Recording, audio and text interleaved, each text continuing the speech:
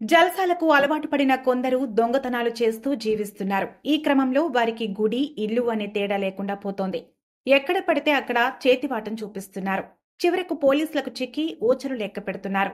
ఈ ఘటన నిర్మల్ జిల్లా భైంసా పట్టణంలోని పోలీస్ స్టేషన్లో ఏర్పాటు చేసిన విలేకరుల సమావేశంలో ఏఎస్పీ అవినాష్ కుమార్ మాట్లాడుతూ, పట్టణంలోని శాస్త్రీనగర్కు చెందిన పులి ప్రదీప్ గత 2 సంవత్సరాల క్రితం తనకు పరిచయమైన భైంసాకు చెందిన కొడాలి వెంకటలక్ష్మితో సహజీవనం చేస్తూ సులువుగా డబ్బులు సంపాదించాలనే ఉద్దేశంతో వరుస దొంగతనాలకు పాల్పడ్డారు.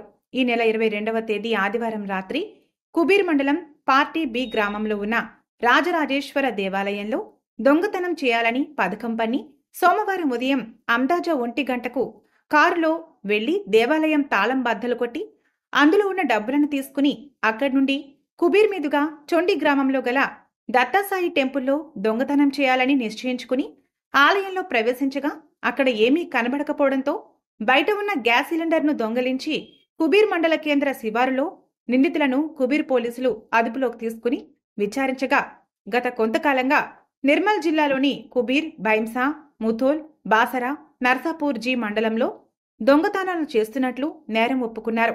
ఇప్పటి వరకు నిందితులపై వివిధ స్టేషన్లలో 8 కేసులు నమోదయ్యాయని ఏఎస్పీ తెలిపారు.